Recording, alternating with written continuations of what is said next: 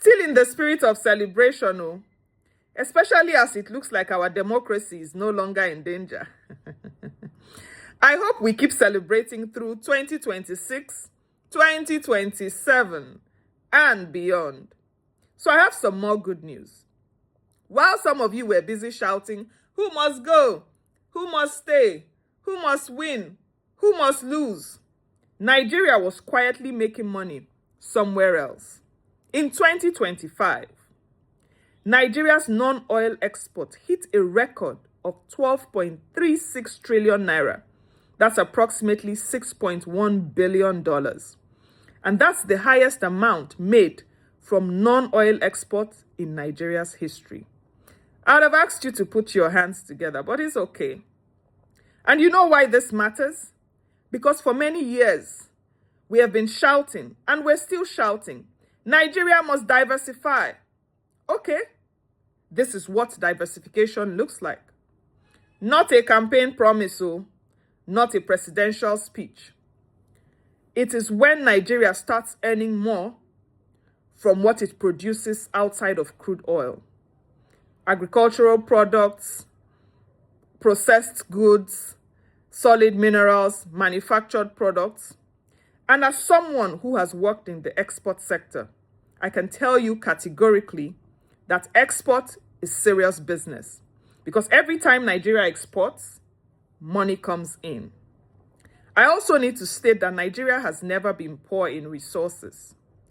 We have often been poor at converting those resources to scalable economic value.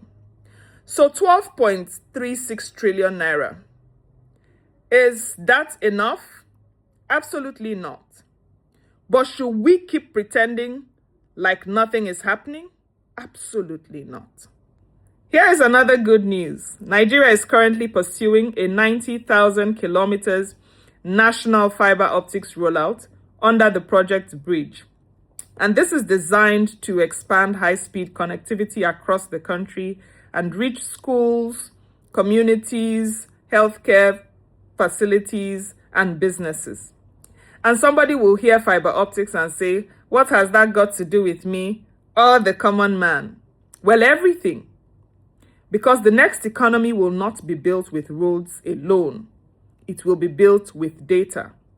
And we all know the power of data.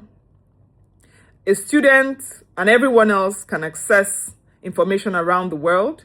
Farmers can access the markets. Hospitals can access digital services and the like. So that cable is not just internet. It is economic infrastructure. There's something else I need us to know and notice, and that is government should not or is not supposed to do everything.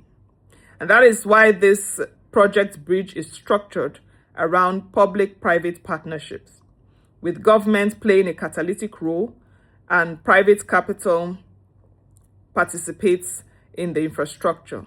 We also have development finance institutions backing up the project. That or this is how to look at development differently. Government creates the environment, private capital comes in, infrastructure is built, businesses use it, people create value, and the economy grows. Now, before some of you start asking me, Belinda, have you suddenly forgotten Nigeria's problems? No, I haven't.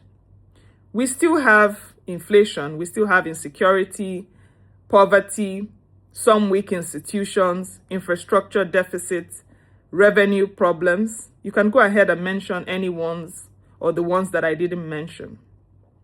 So I am not here telling you to celebrate our problems. I am telling you to develop enough intellectual honesty to recognize progress, even when you don't like the politics attached to it. Because a country can have problems and still be making progress. You can criticize government and acknowledge an outcome. You can demand better and still acknowledge what is getting better. You can oppose a political party without becoming an opponent of Nigeria itself. So while you are busy watching a political theater, you need to watch the economy too. Because sometimes the biggest story is not the politician on your screen. It is the farmer quietly exporting, the entrepreneur selling, the manufacturer producing, the fiber being laid, the foreign exchange coming in. That is the Nigeria we should be watching. So 12.36 trillion naira from non-oil exports, a 90,000 kilometers planned fiber infrastructure. Are we there? No. Can more or should we still do more? Absolutely. But hear me and hear me clearly. If your politics requires you denying every sign of progress, then your politics is not allowing you understand Nigeria. It is preventing you from seeing her. Congratulations to Nigeria. There's so much more in the future we need to do. Congratulations.